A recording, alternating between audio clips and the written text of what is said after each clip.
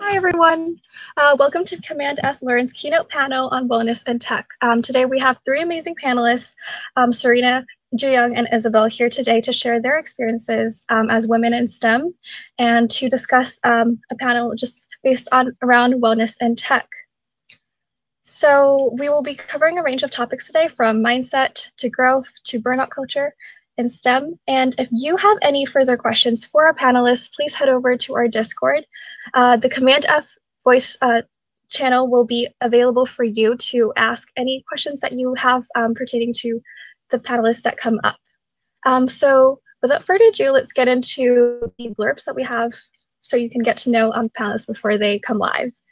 So Sarina Abrishamcar is currently a first-year Master of Public Health and Epidemiology candidate at Emory University's Rollins School of Public Health. She received her Bachelor in Science in Pharmacology from UC Santa Barbara, and she's the founder of nwHacks, an all-female identifying hackathon dedicated to providing women of all backgrounds the opportunity to learn to code in a safe and supportive environment. She currently is working as a data analyst at Rollins. So our next panelist is Isabel Abonitalla, who is currently a CS undergrad at CUNY Hunter College. She's had 5 technical internships and loves hackathons, having been to 31 and having won 8 of them. She's the founder of Hack Guild, aiming to increase access in tech education, and believes strongly in diversity and inclusion in tech. She's also a strong advocate for mental health as a board member of a mental health awareness nonprofit, and hopes that you are taking care of yourself today.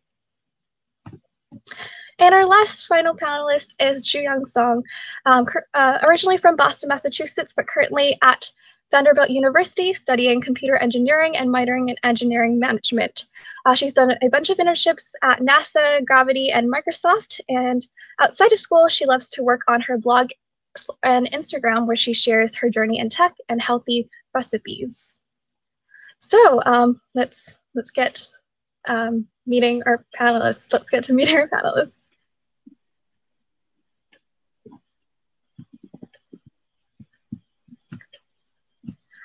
Hi, everyone. So I would just like to introduce the panelists. Sarina, could you give a wave? Hello. And Juyoung. Hi. And Isabel. Hi. Awesome. So we'll be starting off our panel just by reminding you all about our guiding question, which is, how can the tech industry as a collective better champion wellness and mental health? But more than that, we'll start off with our first question directed to our panelists, which is, how do you maintain a healthy mindset amidst the competitiveness and hustle and bustle of the tech industry? So who would like to start us off?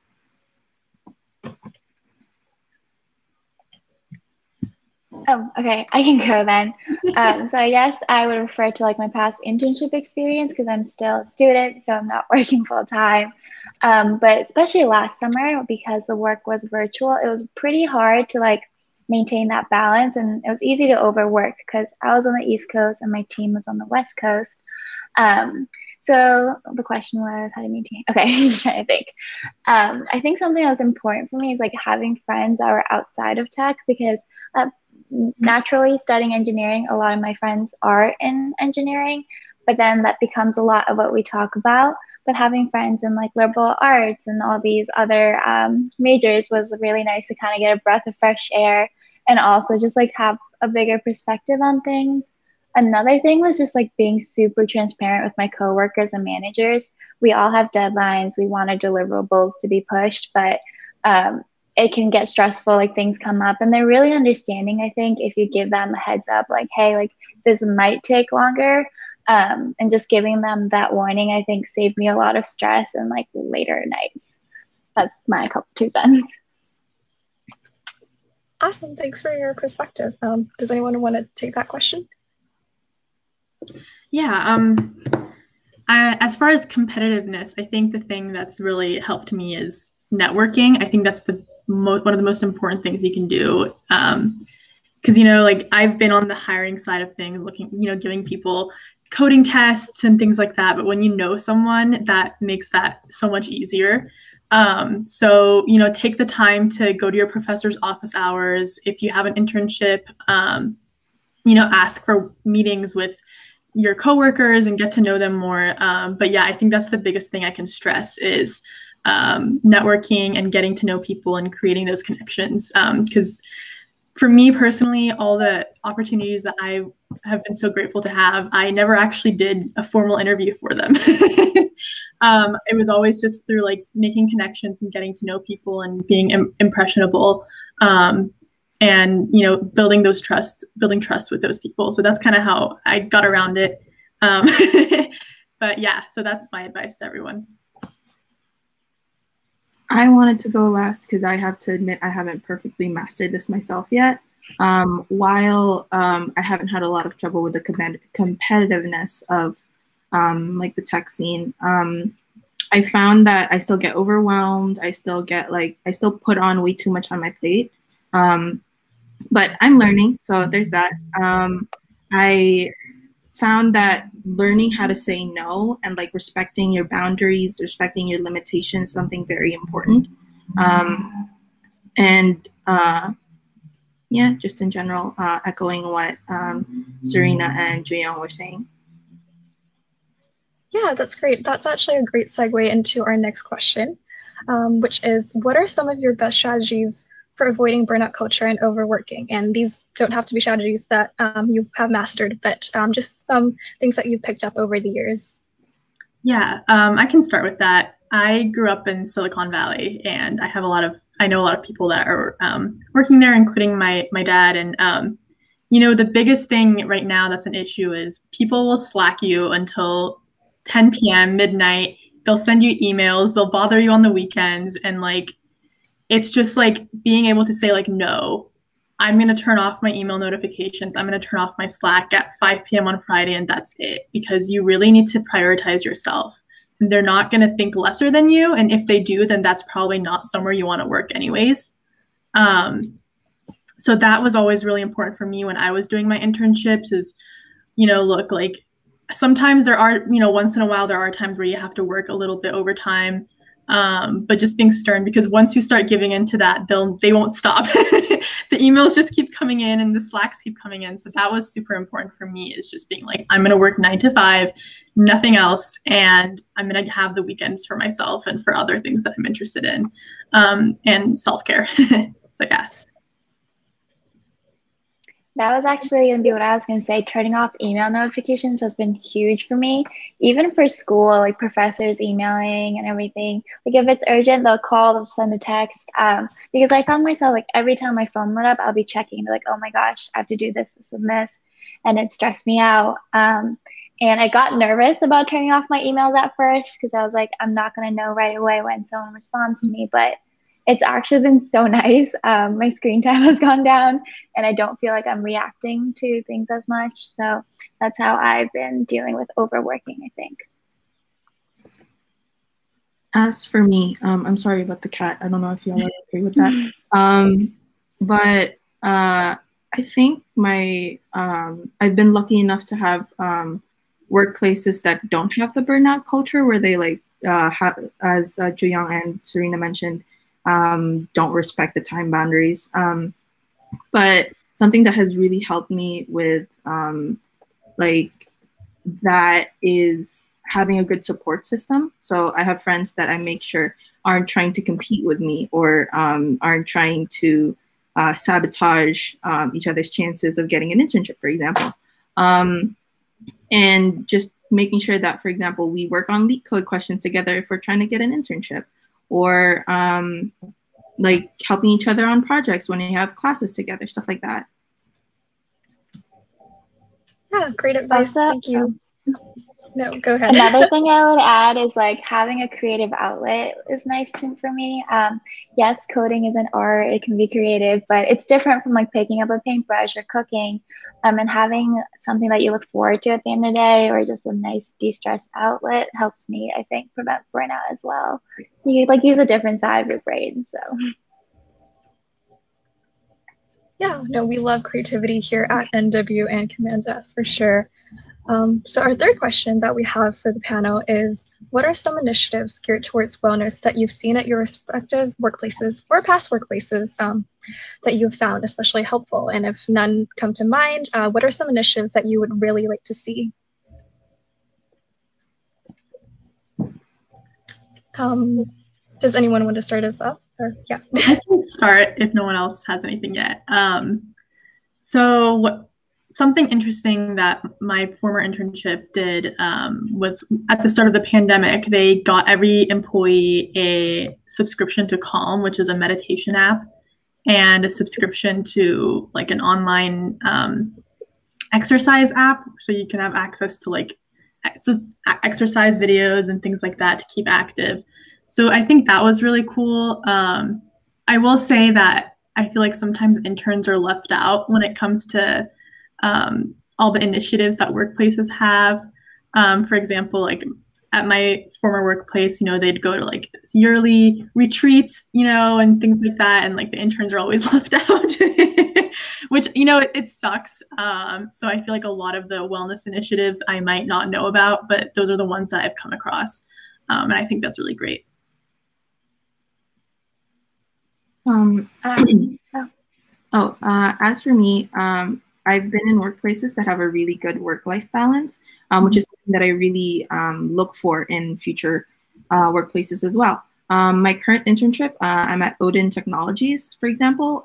They allow me to take time off if I need to do schoolwork or if I just need a mental health break. In terms of active initiatives, though, I think that my school has been better about it than any of my other workplaces. Like, for example, my school has counseling and wellness services, like a psychiatrist, a counselor, workshops on managing stress and anxiety. And something that I would like to see in workplaces is something like that being offered.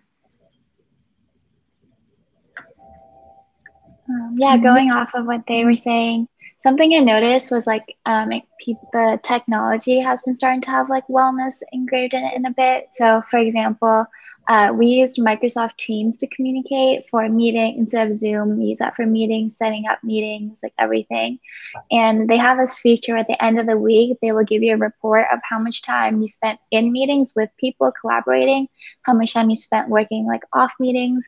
And that alone was really nice to see because you can see how you're using your time, if you're giving too much of your time away in a sense. And it also has a feature where you can block off time where it's like do not disturb, where like I'm getting my work done. I think that was a subtle but nice way of telling people that it's okay to say no or block time off for yourself.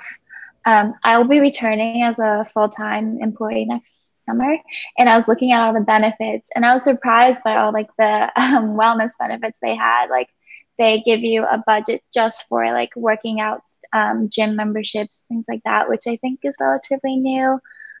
Also with like the working at home, they encourage like getting the ergonometric like setups. So those things are all relatively new. And it's like really interesting to see how companies prioritize that and set aside a budget for it. Congratulations on your new job. Oh, thank you. Yeah, no, that's amazing to hear. All the amazing initiatives that companies have definitely stepped up with, and of course your amazing ideas as well. So yeah, we'll move on to our next question, which is a little bit more time relevant to the period we are living in. So what resources have been the most useful to help you stay or get grounded since the pandemic hit? So this can be anything from meditation or self-care rituals, a sense of community even.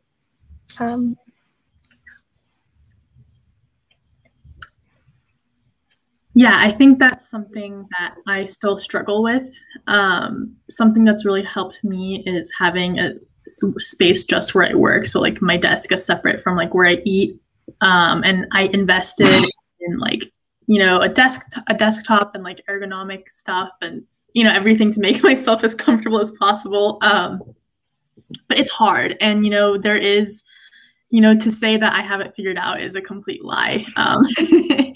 And that's okay. And I think that's something that like we need to emphasize. It's okay that you're not being productive right now. It's okay if, you have your moments of anxiety or stress or anything like that. And like, it's okay that you're not working at 100%. As far as resources that I've used, I bullet journal. I don't know if anyone knows what that is, but bullet journaling is kind of what is my saving grace, and just writing down things that I need to do. And it's also a creative outlet at the same time. But yeah, just that, and Zooming as much as I can with my friends and family, and doing the best we can until this is over. But yeah, still haven't mastered that.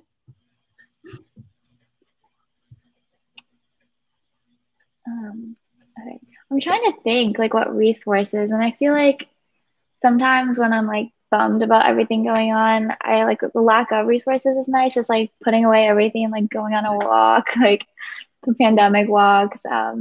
I think they're not overrated at all. Also, I've been using like the Peloton app for like at home like workouts. Like when I get stressed, I like to physically let it out. They have great yoga classes, meditation classes, and I think it's the free month trial too. So that's the first thing that comes to the top of my head. I definitely don't have it figured out. I was thinking while everyone else was talking, and I don't think I've like thought of anything that no one had mentioned before, so I'm going to pass. Yeah, no worries. Yeah, quick plug actually for Command F next weekend. We will be having a bullet journaling mini activity there, and also shushing sessions and like mask and chill nights. So that is definitely a focus of our hackathon this year. So it's just awesome that you guys mentioned similar activities like exercising and all. Okay, yeah, moving on to our next question. Is there anything that you did or wish you had done as a beginner to allow yourself to grow within your respective fields? I understand that you all come from very diverse tech backgrounds, so just love to know how that origin story started. I personally kind of wish I joined more clubs when I was like a freshman, sophomore in college. Now I look back and I see some of my friends, like they've worked on these really exciting projects. And as a senior, it's a little too late to join. But that's something I wish I took more initiative on. I did go to like the club fairs and would sign up for everything, but then I get too lazy to actually go to the meetings. And that's something I would probably do differently. Yeah, Isabel or Sarina, do you have any other opinions on that? I guess for me, I have a hard time answering this question because I've kind of accepted the journey that I've had through undergrad, and I wouldn't do anything differently. I started as a pre-med biopsych major, and then I was just like, UCSB has like their own hackathon separate from Women Hacks, and I really wanted to join, but it was super competitive, so I just made my own. I just created my own initiative with a lot of great friends and students. And just found my niche, which is like health and tech, and that's kind of what I'm doing right now. But as far as what I would do differently, I guess honestly nothing. It was a hard journey. There were lots of ups and downs, but that's the reason why I'm here right now. So yeah, no regrets. I would echo Sarina there. I actually also came from not pre-med, but like also a bio background. And then my first exposure to tech was actually at a hackathon. So that's where I found myself to grow the most, because I don't know about y'all, but school CS is very different from practical CS. So I wasn't like bonding with the theoretical stuff that I was learning from school. So I supplemented that with hackathons and projects, and that's where I found myself growing more as opposed to like in my classes. I guess something I would do differently, although I saw that I acknowledge that I wouldn't be who I am if I didn't do the things that I did the way I did them. I do have some regrets about not starting CS sooner. Like if I had found CS before I found bio, maybe I would have excelled more, or like been at a more competitive playing field, something like that. Awesome. Yeah, thanks for sharing all your thoughts on that matter. So we have another question. up ahead, and it is, how do you think that there could be more inclusion or change in the STEM fields? And as you all are minority women in tech, we would just love to hear your diverse perspectives on that. Yeah, sorry, did someone else want to start? No. At my former internship, as I was a data science project management intern, and I also, they also told me to do all the hiring stuff too. You know how they just tell interns to do a lot of random things that aren't in their job description. So I was there. I was doing a lot of the hiring process and just like funneling people through the pipeline and the logistical stuff. And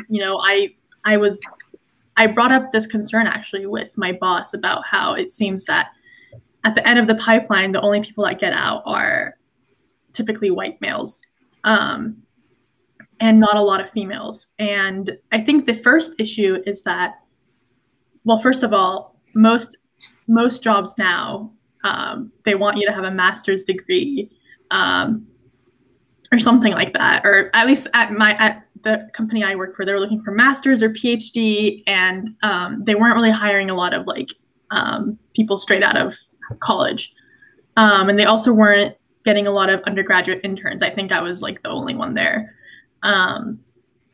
So I guess what I'm trying to say is like it needs to be a very conscious effort into increasing diversity in the workplace and recognizing that women and minorities are less likely to go to graduate school for a lot of social reasons that could be a whole nother conversation.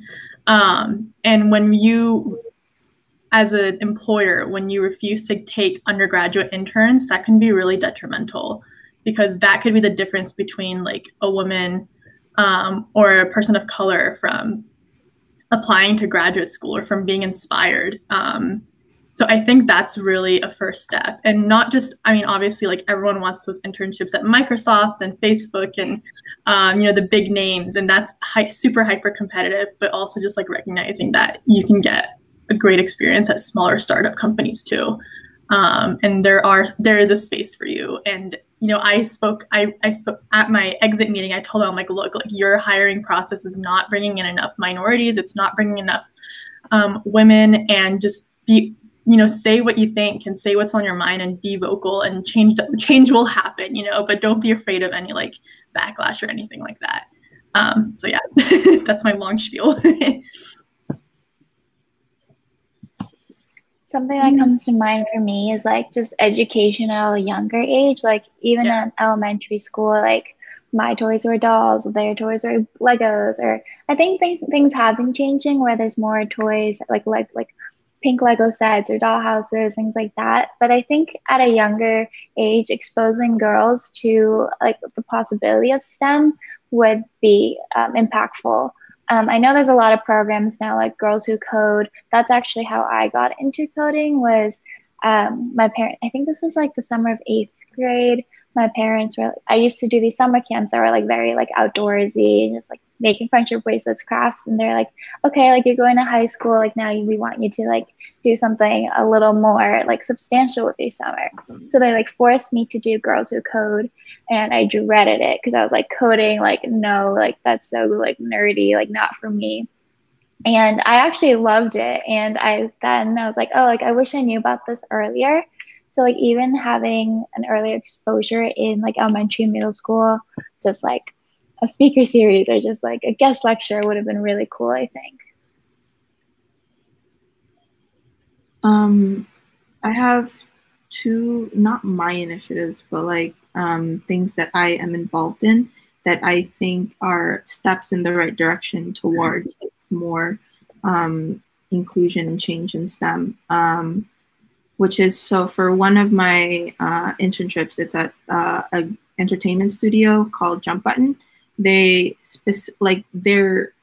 think it's called Ethos, is catering to diversity and inclusion. Like they're Black owned, they're getting interns and junior level developers that are specifically people of color or women.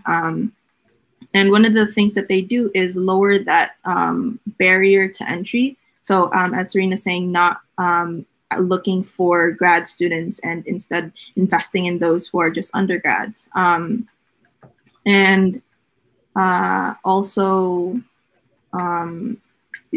as to what Juyoung was saying, Hack Guild, my organization, is giving workshops and speaker panels and other kinds of tech events to high school students. So that like adds to the the interest from a young age, so that there are more as they grow older.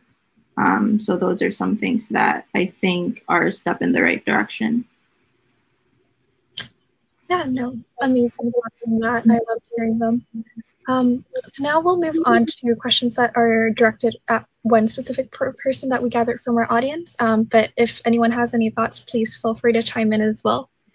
So we'll start off with Isabel. So having experience at being at so many hackathons, you've been to 31 of them, what is the most valuable experience that you've gained from them? I'm actually at my 33rd this weekend. I'm doing one every weekend. My goal is 50 by the time I graduate. But at first I thought it was, oh, I'm making projects. This is so good for my resume. And it was like very hustle and bustle of me. But then later on I realized that, wait, these workshops are super interesting and they're super helpful. And then I started networking, not just with the sponsors that show up to the hackathons, but also the other hackers. And the hacker community is amazing. It's like, the tech community in general is amazing, but like the bottom line is, I think that the networking and the workshops are now more important to me now that I have like a few projects on my belt. And that's what I think is what the hackers here would like to gain from cmd-f. Yeah, no, exactly as you put it. Oh, sorry. Does someone want to chime in on that? Okay. Yeah, no, that is definitely one of the pillars of cmd-f and why we're really excited that everyone is here today, because it is a day of workshops and a day of learning and growth. So we're super pumped about that. So we'll move on to our next question, if it's okay. So for Juyoung, your internship lineup is very impressive. What advice would you give to students who are starting to look for these opportunities? Yeah.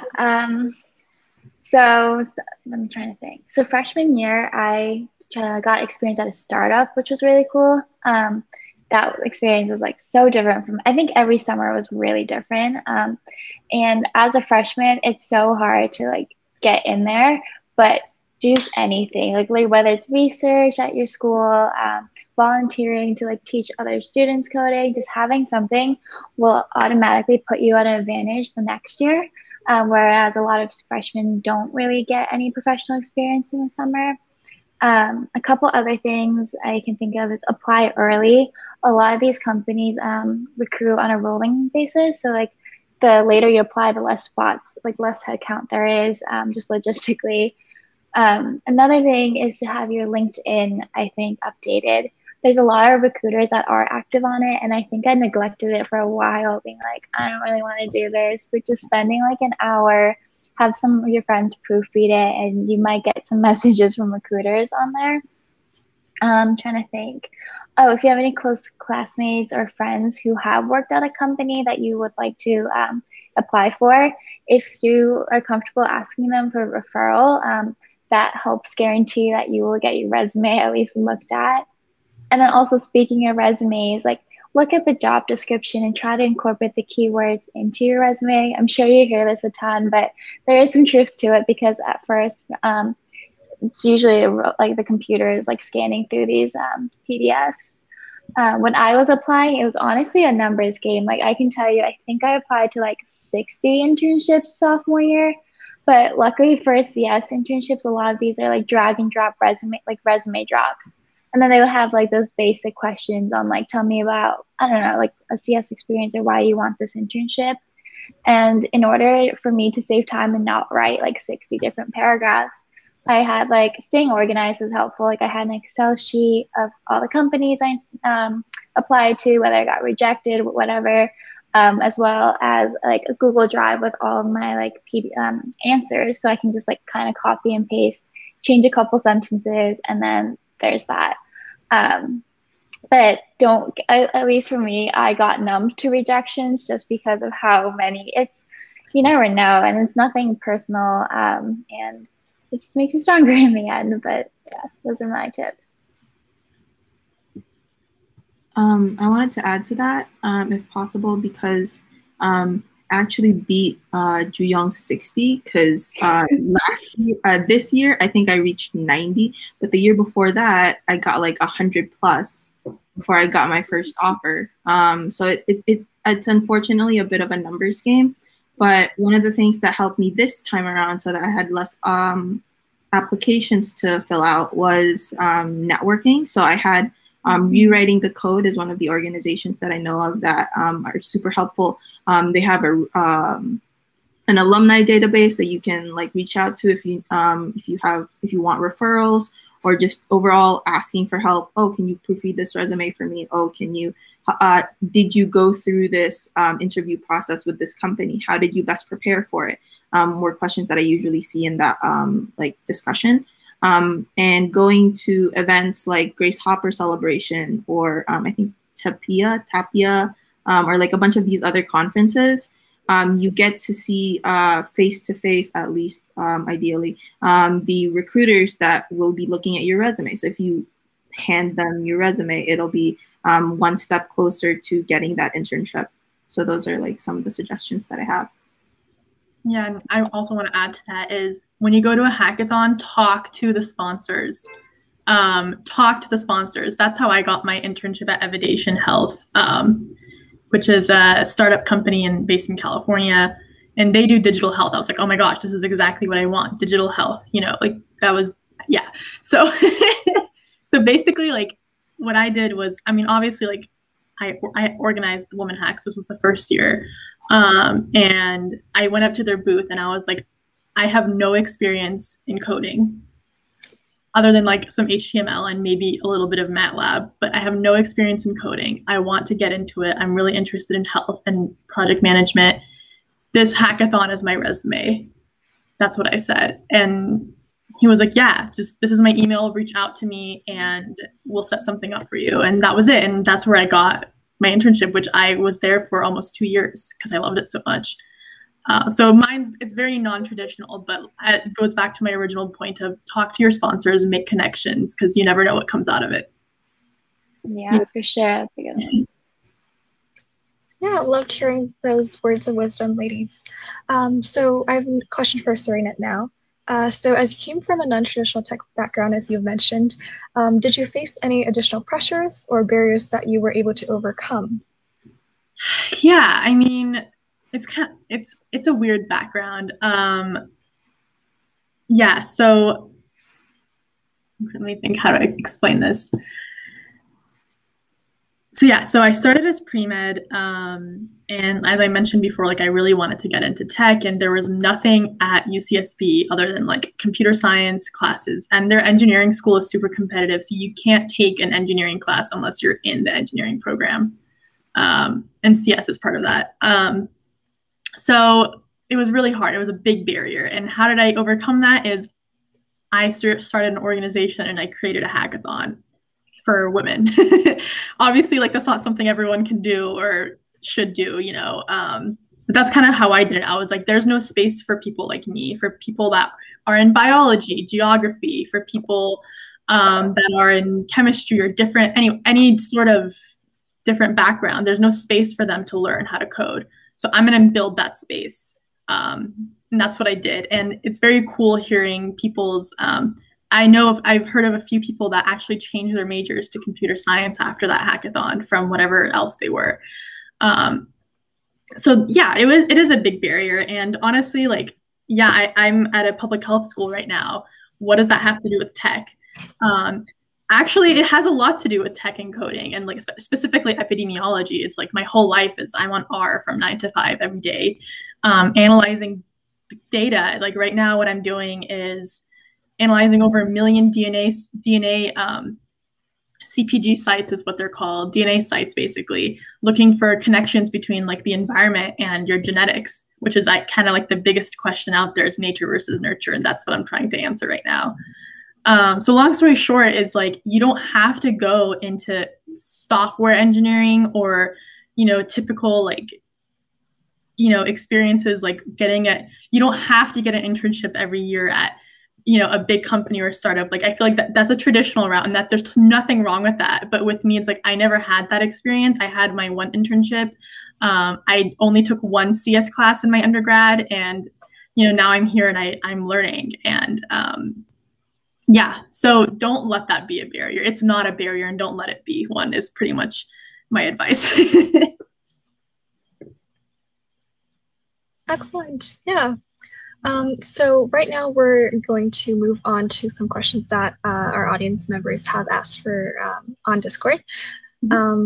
So I'll just launch right into it then.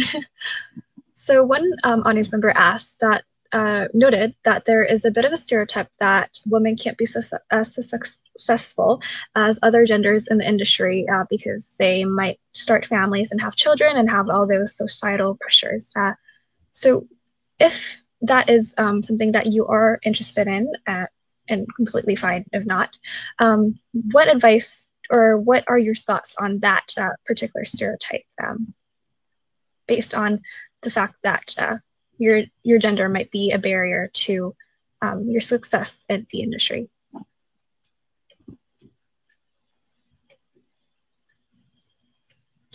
Yeah, a bit of a loaded question. That is a heavy question. I guess I'll go because I'm older than everyone else. That's just something that I think about because, you know, I do want kids one day, and, you know, there's always that issue with women, you know, they want to raise a child and whatever, and like, how do you balance all that? And if you don't want a kid, that's fine too. And yeah, it is a loaded question. How do you deal with that? And my question is don't let anyone tell you that you can't do something. If you want to have a kid, if you want to have a family, and you also want to work, you can.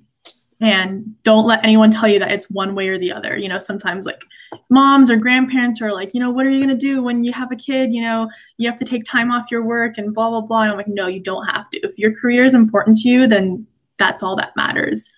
And, you know, when I was planning this hackathon, I had male CS majors telling me that I have no idea what I'm doing and I have no idea what I'm getting into, like in front of 100 people. I was like, anyways, yeah.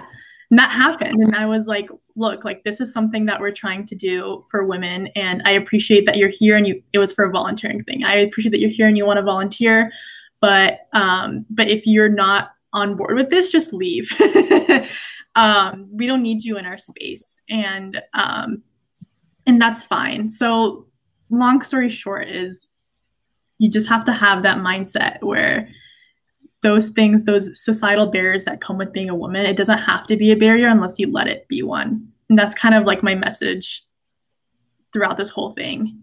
I don't know. It's a hard question to answer.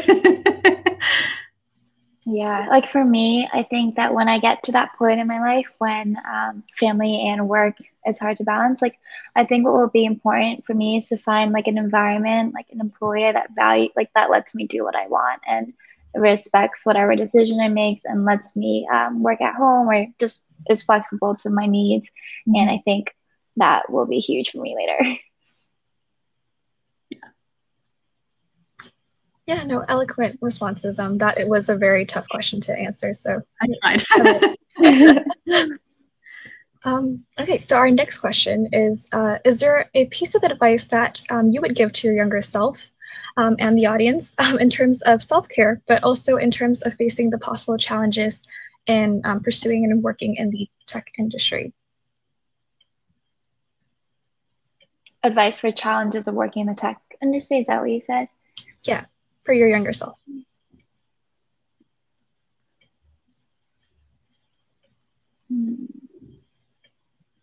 Yeah, take a moment to ponder over it. These are pretty abrupt because we are getting them from live, so Thanks.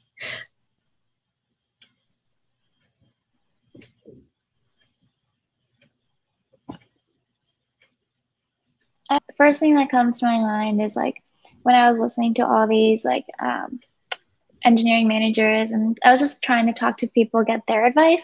What they would tell me that they wish they did is to be authentic in the workplace, like with their coworkers.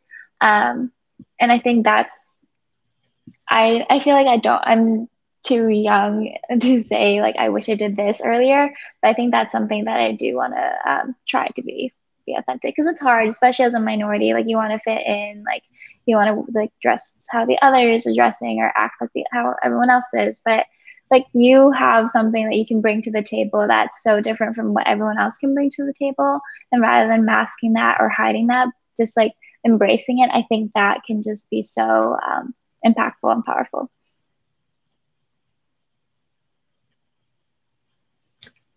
Yeah, no, thanks, Juyoung. Eloquently stated for sure.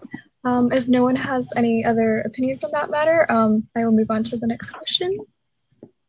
Okay. So this one is about COVID. So has switching to working at home positively or negatively impacted the amount of stress you feel from work? And I think we did touch a bit on that with the dozens of notifications, but if there were positive silver linings in all of this, we'd love to hear them. I think the negative is, oh, sorry, go ahead. I was just going to say, I live in New York City. The commute, the lack of commute is something very positive that came out of COVID. And although there is a negative to being stuck on your desk all day, I also see that it is positive that I get to be stuck at my desk all day, because I don't have to traverse the entire borough to get to my workplace or to get to school. And it gives me more time to either relax or to do some work. So getting some of that time back for me is like one positive that I got. But yeah, sorry for interrupting you, Sarina. No, it's okay. I was just going to say, you know, the negative is that it seems like the line between work and life kind of blurs. And it goes back to my original point that we all discussed about turning off notifications and all that, but also not only that, but just stop working. It's really hard. It's really hard when your work and your life is in the same spot. So yeah, I think that is a negative, because it was I kind of liked going into the office and having that experience and seeing other people and going to work lunches and, you know, all those fun things that you do when you have a job. It feels kind of official, especially like when you're young and starting your new internships, you know.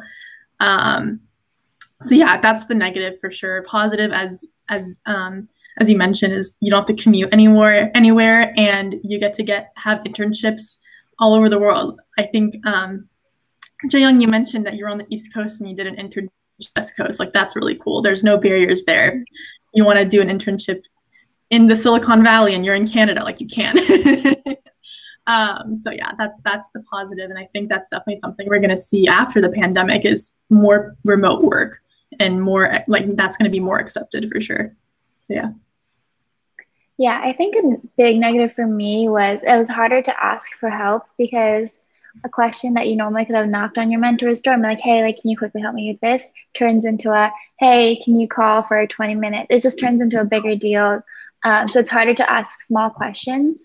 And that's something my mentor and I discussed a lot, because he said that if pre-COVID, it would have been like my desk would have been next to his, and then I would just like quickly like bother him for a minute and then I can move on. But now it was like I would find myself struggling a little longer with it, just because I felt burdens and like asking him for help. It was harder to ask for help virtually, I think. I think that was the biggest negative, other than like the social, like meeting other people, like the hallway conversations. But a positive for me was like spending time with family, like having that flexibility, being able to like work wherever. So like my family went on a vacation. Interns didn't get vacations, but I went with them and just changed my work hours a little bit. So that was a positive. I had to find one. Yeah, no, it's lovely to hear that there are positive silver linings with this situation. So another question that I think Sarina did touch on a bit is, how do you deal with men in STEM who appear to have less respect for women in computer science? Or other genders?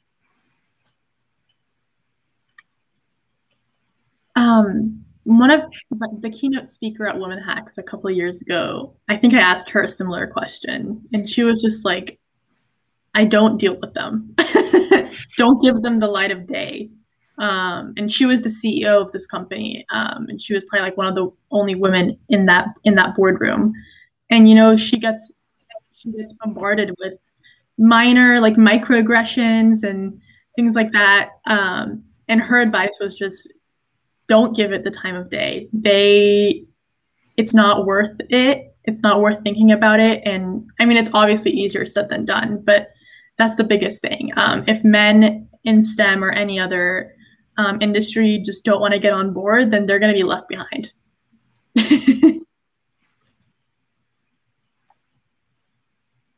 Yeah, also sorry. It'd be nice if like it's harder to like stand up for yourself sometimes, and if you find yourself in that boat, I think the next best thing you can do is have an ally in the workplace that can stand up for you or like talk to them for you. Also a book that I really recommend and based on all this conversation is Lean In by Sheryl Sandberg. I know some people love it, some people hate it, but I think it's still a good read for all minorities in tech. Yeah, amazing.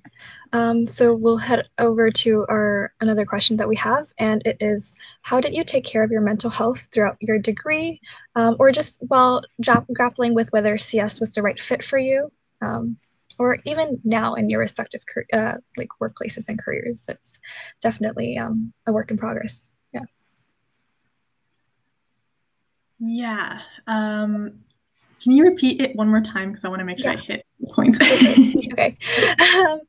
Yeah, the question was like, how did you take care of your mental health throughout your degree, or while trying to grapple with whether CS is the right fit for you, or even just now in your respective workplaces? Yeah, I think I'll have an interesting answer for that. So I'll get a little personal here. I have generalized anxiety disorder that was diagnosed when I was a sophomore in college. And it was extremely detrimental. I wasn't doing well in my classes. I really wasn't. And I felt this was back when I was pre-med, and I felt very like, I can't amount to anything. If I'm not going to be a doctor, what am I going to do? Like that was the only path for me. And I feel like a lot of pre-meds probably feel that way. So yeah, it was awful. And I was, really stressed and anxious and depressed. And I think a big point behind finding nwHacks was creating a community of people like me, of people that had this idea for a career, and then suddenly like that's not going to happen because you got to see an OChem and you can't go to med school anymore. So yeah, so as far as grappling with, I mean, I guess I'm not in computer science, but just the tech industry in general, is just finding that niche, and all your experiences, no matter if it's CS related or not, will bring something there's always a lesson to be learned. So I bring my experiences from having my life science background right now into the research I'm doing. And it's the same for everyone, whether you're in, biomedical engineering or geography or political science or anything like that. And there's a space for everyone in tech, and that's something that it needs to be stressed more.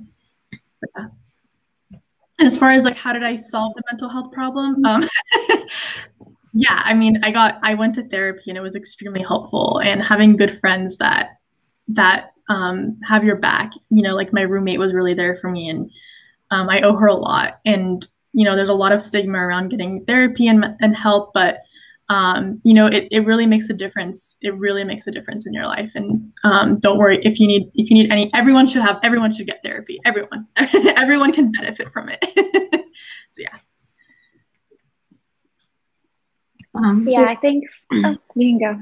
Sorry, I wanted to echo what Sarina said, because I also have mental illness, and I guess for me, what helped was knowing that it was okay to ask for help, not just from my school, because I went to the accessibility office, but also for my workplaces, being transparent with my manager that, okay, this is something that I struggle with. This is something that I would like to have in order to help me do better in my work, stuff like that, was something that, I just wanted to add. But go ahead, Juyoung. For me, based on what Isabel said, like friends who were not super competitive, but like really like actually like cared for you, and like we would work on assignments together, and that would like help lower the stress, and just like we would share everything, like, oh, there's this job posting, if you want, like this might be interesting, like having that super supportive group, whether it's friends, whether it's a club, whether it's, I don't know, like older students, like anyone, like I think that helps a lot also. But nature of CS is that grades like don't really matter as much as they do for like pre-med. Like you don't need to get straight A's, and as long as you understand the content, that's honestly more important, because that's what you'll be using.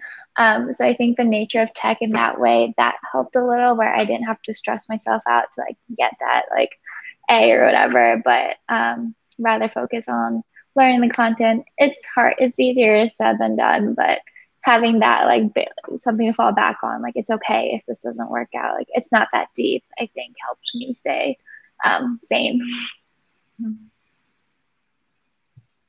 Yeah, I know. I love how actionable each of you were with your ideas and what you felt that you needed to be done. So props to you on that. So we have a question that was asked ahead of time. So what is something you do to combat perfectionism and to keep moving in your work?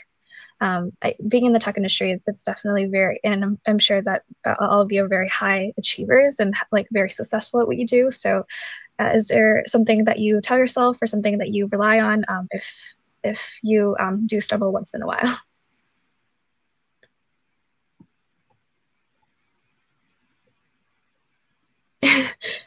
So yeah, just reiterating, the question is, what is something you do to combat perfectionism and to keep moving in your work?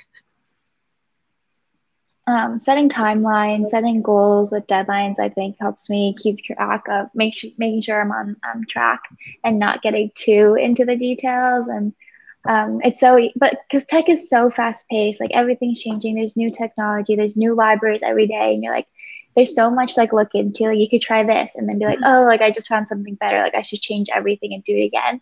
And sometimes I do find myself in that, but setting a timeline, like, okay, like after tomorrow, like I'm not going to change this, I think helps. And like worst case scenario, like you do want to change your mind later, you can go back and change it then, but don't like bog yourself down over it. I think for me, it's just stepping away. So, you know, we've all been there where there's a bug in your code and you're sitting there for hours and you have no idea what's wrong and you're like about to pull your hair out. And you just have to step away and just, I'm going to be like, okay, I'm done with this for now. I'm going to go take a 5, 10, 15-minute break, or I'm just going to turn off the computer for the rest of the day, if your job is flexible enough where you can do that. So I think that's the biggest thing for me, is like taking a break and trying not to obsess over every little thing. Because sometimes when you come back to it with fresh eyes, you know, you like get it just like that. You're like, oh, I missed a comma or something ridiculous, you know?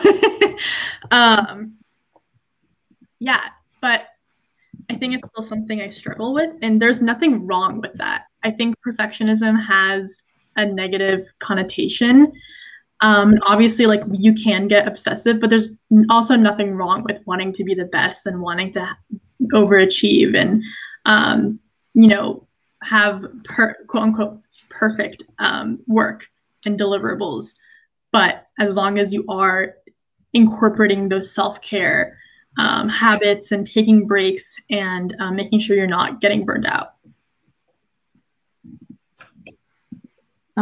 For me, I think this might not be the best advice in the world, and it's probably not good to say out loud, but the thing that made me realize that perfectionism isn't everything was like realizing that I'm not a straight A student, and it was really negatively affecting my mental health trying to get that A. So I set a standard for myself. Okay, if I can't get an A, B's are enough. C's get degrees. That's okay. And I pushed myself just to the point of that standard that I set for myself, instead of the standard that I think I should get. Because at the standard that I set for myself, it still gets the work done. I still give the deliverable that my work needs or the project that my school needs. But it doesn't negatively affect my mental health. I'm not stressing out. I'm not like overwhelmed. I'm not like spread too thin. And I think that change in mindset of it doesn't have to all be perfect was something that was super important in my journey towards like being a more wholesome human being. Yeah, no, that's amazing to hear. I think our audience would really find all of those words of wisdom very helpful. Oh, I just noticed that we have a question from the audience, and it is about imposter syndrome.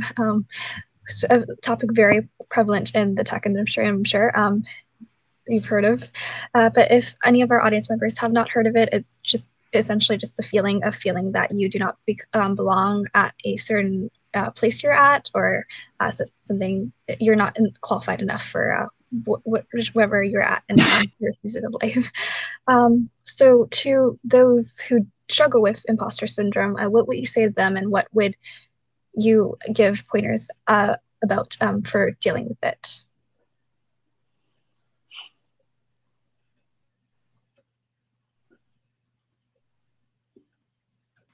Something that has helped me with my imposter syndrome is a lot of positive affirmations and just listing down the things that I know I did right, so that I am reminded that yes, I belong here. Yes, I did do this and that is why I have a seat at this table.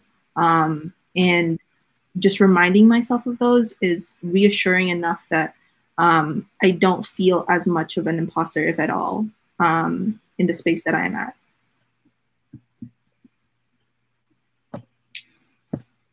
I think for me, like also just knowing that it's not like I'm not the only one feeling this. Like I'm sure, like not just minorities, but other people, like men, like they can feel this as well. They just won't vocalize it as much, maybe. But like you're not alone, and I think that is comforting. Yeah, and kind of echoing what Juyoung said. Yeah, everyone goes through imposter syndrome, and you know, as someone that kind of just jumped into this tech world with no background or no, like, how dare I, you know, like, yeah, I mean, imposter syndrome is real, and it's something that we need to talk about more. But yeah, just like affirmations and telling yourself like, this is what I did, and taking that moment to be excited every time something goes right. Like yesterday, I just plotted my first Manhattan plot, which is very cool if you Google it. And I was like super excited. I'm like, oh my gosh, I did this. And like, I wrote all this code and I didn't need to ask anyone for help. And it was the most exciting thing ever. And yeah, just like consciously telling yourself like, I belong here. I did this. And yeah, it's hard. And it's not something that I don't think ever really goes away. You just kind of learn how to cope with it. Yeah. Amazing. So yeah, those are all the questions we have for time for today. Thank you to Sarina, Juyoung, and Isabel for spending your valuable time with us, and for your incredibly eloquent and well thought of answers. So thank you so much. I know we can't virtually applaud all together, but just virtual claps for you. And before any of our attendees go, we do have some final reminders that I would just love to touch on quickly. So yeah, let's get into it. Okay, so if by chance that you have not joined our Discord server, please do so immediately.